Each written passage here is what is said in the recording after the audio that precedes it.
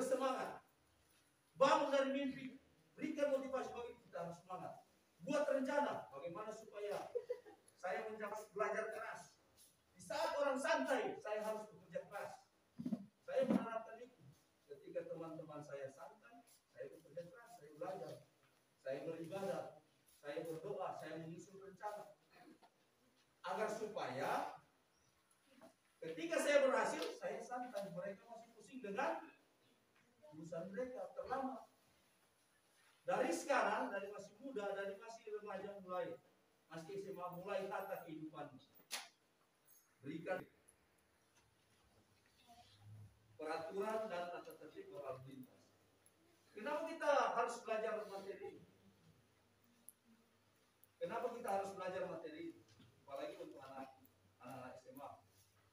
Ya aturannya saya baca di materinya.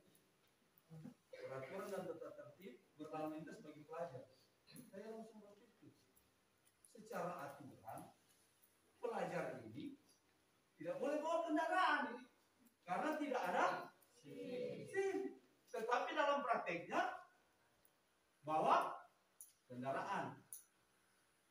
Alangkah lebih baiknya, walaupun siswa ini, pelajar ini, walaupun masih secara aturan kan tidak bawa kendaraan, tetapi pada prakteknya, realitanya bawa kendaraan.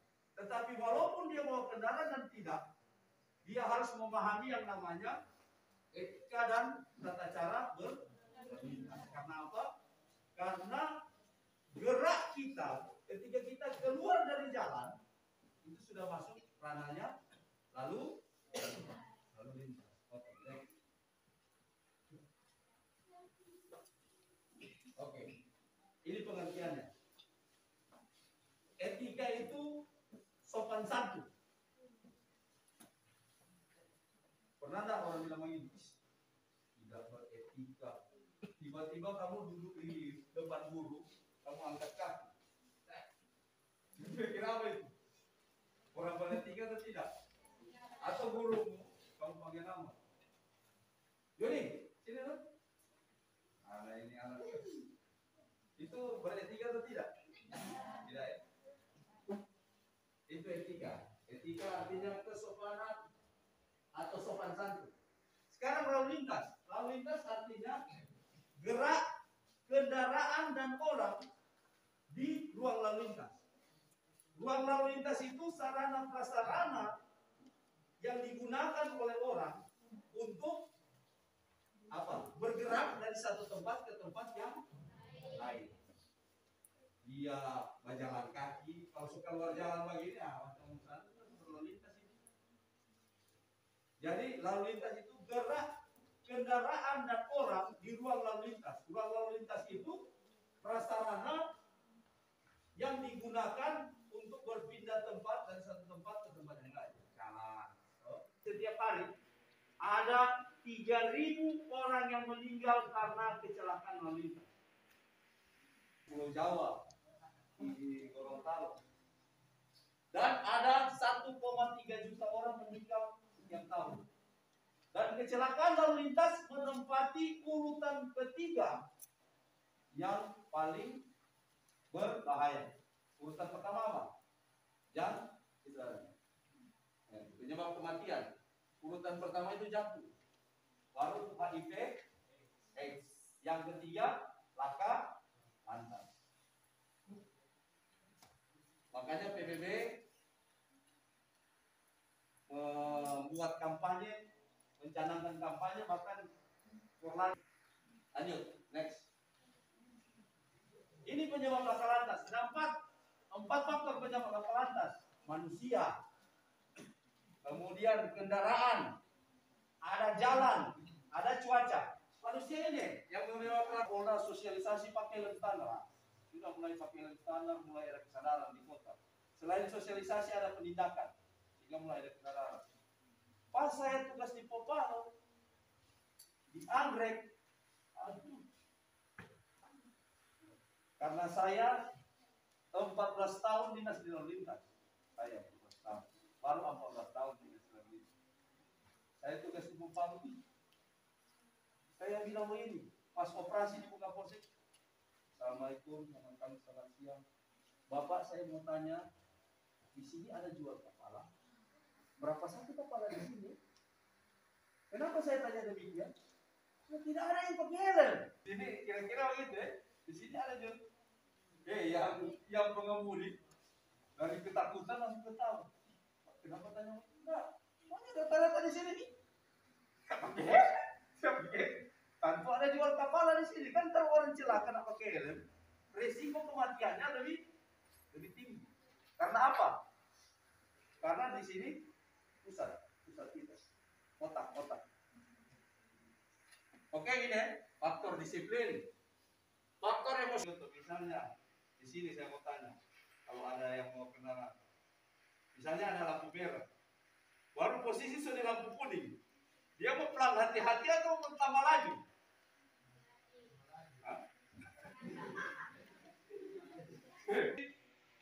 Dia akan hati-hati pelan atau tambah laju? Ya, alhamdulillah pelatihan. Tetapi yang saya temui di sini kalau lampu lelah, mabuk, ini yang faktor-faktor. Kalau kendaraan tidak layak jalan, banyak kendaraan tidak layak jalan saya lihat di sini. Tapi kalau pas bawa kendaraan, saya cuma mau ke bawah Pak. Jadi yang kendaraan. Ini. Kemudian faktor jalan sempit. Minggu lalu mobil kontainer luncur di daerah Ilang atas sana, Pelabuhan. Pengendara. Kemudian faktor cuaca. Sudah ya? Jadi 4 faktor kecelakaan, kendaraan, orang, cuaca, kemudian jalan. Kebiasaan kita di sini, kalau salah, kebiasaan manusia itu tidak mau disalahkan. Maunya benar, selalu benar. Kemudian jangan melarikan diri. Tabrak orang itu sekarang, lari lagi setika. Yang berikut melaporkan ke polisi terdekat. Adik-adik saya mau sampaikan, kenapa laka lantas terus terjadi? Kenapa kecelakaan terus terjadi? Disinilah saya mau sampaikan bahwa semua berawal dari mindset atau cara berpikir. Mari mulai dari sekarang saya mau ajak adik-adik untuk merubah mindset cara berpikir. Pernah tidak orang berpikir begini? Pikir apa pakai helm? Kita kok cuma mau kasih itu, cuma dekat.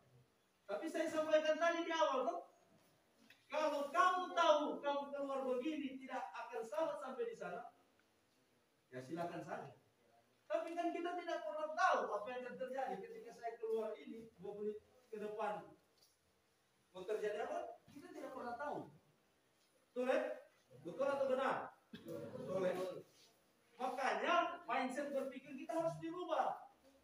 Jangan mindset berpikir, aku pakai helm, saya cuma mau pergi di warung, saya cuma mau pergi di situ.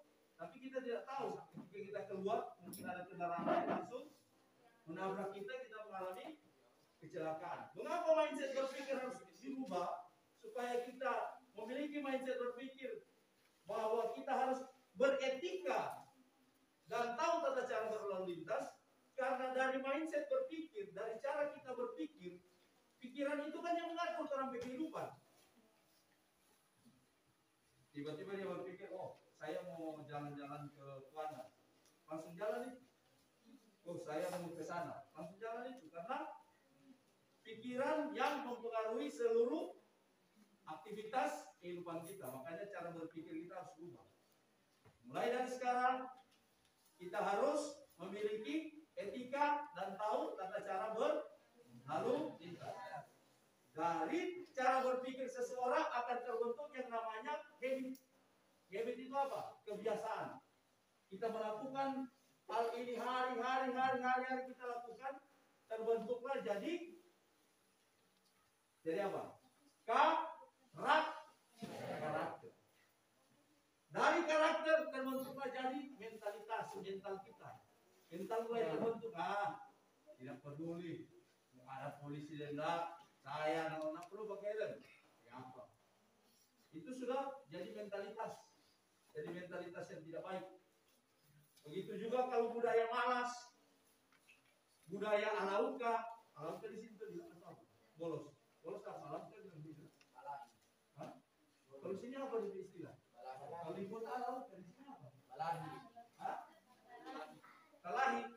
Yang malas-malas masuk kelas, bulus tuh ada. Ada juga budaya orang yang terlalu banyak alasan. Setiap ditanya banyak alasan. Terlambat, terus mana saya begini. Orang banyak alasan, saya mau bilang, orang yang berpikiran besar itu akan selalu memikirkan bagaimana memiliki ide yang baik. Orang yang berpikiran sedang dia cuma memikirkan tentang peristiwa-peristiwa yang ada. Dan orang yang berpikiran kecil itulah orang yang pertama banyak alasan, orang yang selalu berbicara tentang orang lain.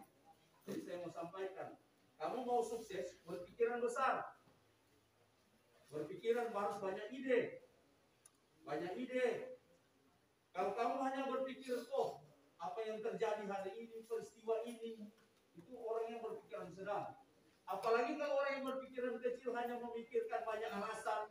Supaya kita nak masuk kelas, apa ya saya kayak alasan dulu supaya saya ini, apa ya kalau saya terlambat, mau bilang apa ya, mau bantu orang tua supaya tiba.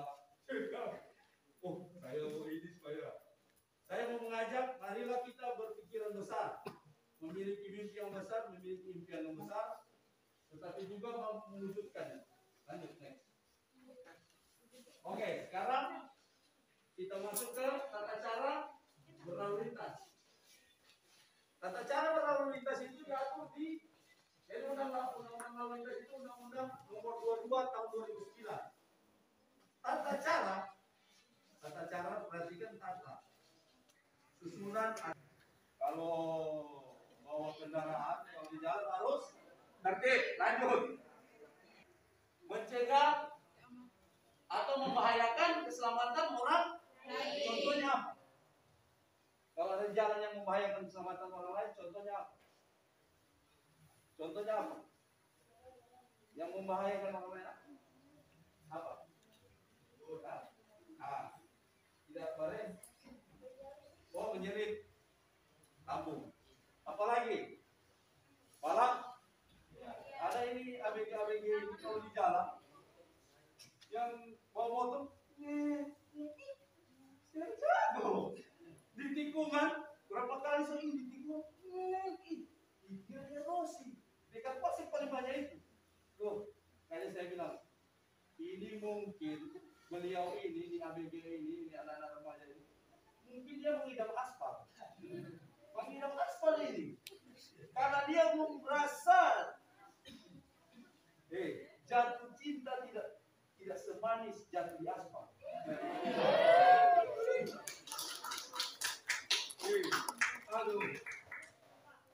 Orang yang belum merasa indahnya aspal, jangan. Orang yang pintar, orang yang bijak itu jangan bercilaka bagi kita pasti tikungan bagi kamu coba kalau di tikungan bercilaka itu namanya orang bodoh. Kalau orang pintar biasanya kita akan belajar dari kehidupan ini, belajar dari pengalaman sendiri maupun pengalaman orang lain. Mana lebih bagus? Belajar dari pengalaman orang lain atau pengalaman diri sendiri?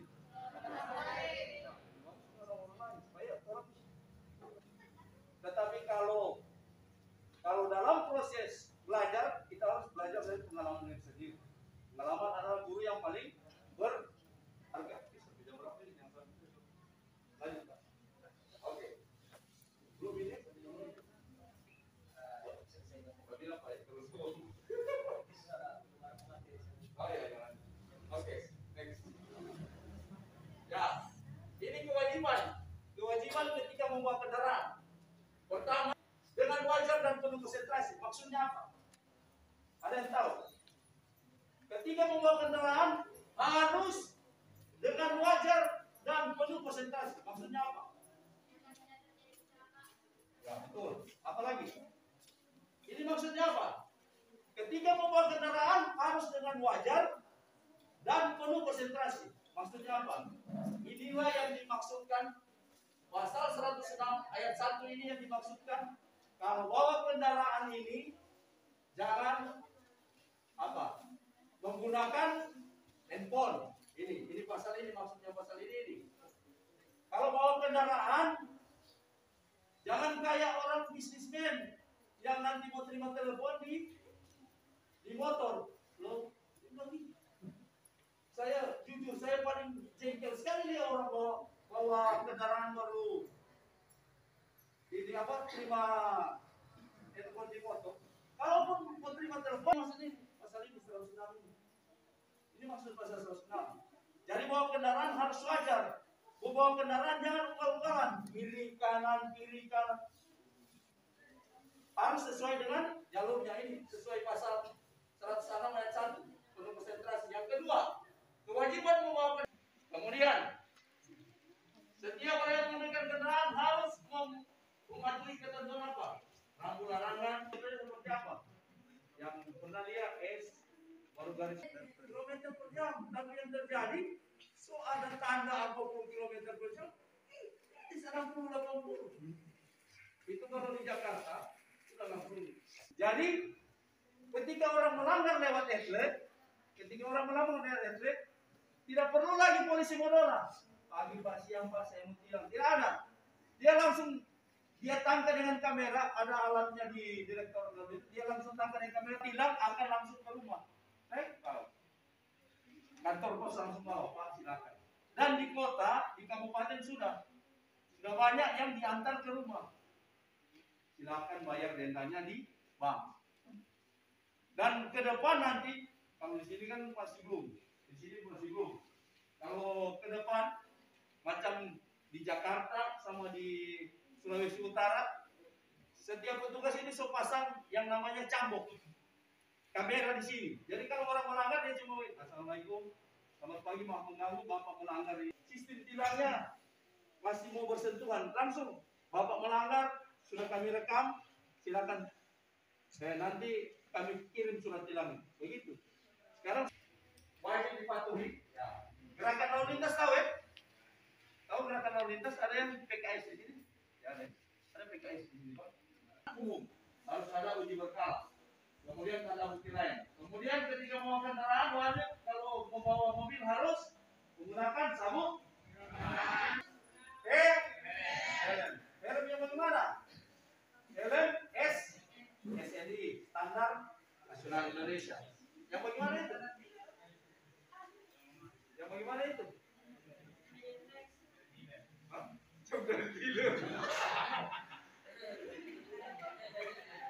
Kemudian berikut